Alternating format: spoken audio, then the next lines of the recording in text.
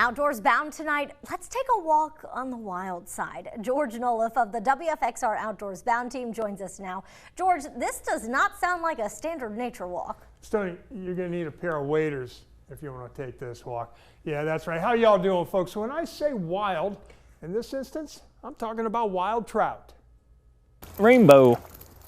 The Jackson River below Lake Mumon above Covington is a special place. It is one of the few self-sustaining, naturally reproducing trout streams in the Commonwealth.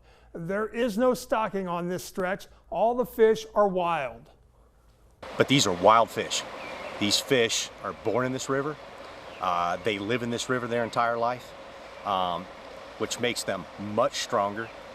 And the colors and the vibrancy of a wild fish, there's no comparison to a stock fish. So that makes it very special. That is veteran Jackson guide Rob England of Appalachian Bronzeback Adventures. While there are good numbers of rainbows and a few brook trout, the species this section of the Jackson is best known for is the brown trout. The people who fish this wild stretch of the Jackson have an almost sacred bond with the trout they target. We do catch and release out here on this river because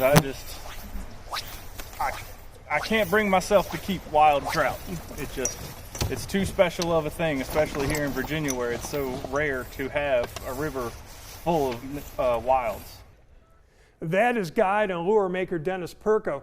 Fishing on that stretch of the Jackson is good all year for browns, but March through November is better, with pre-spawn in October the best. Now you can fly fish or fish conventionally. Either method is effective.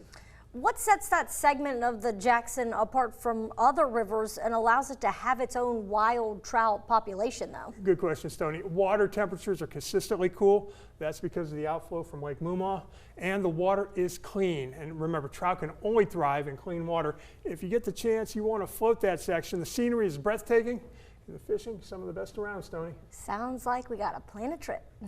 Thanks, George. John?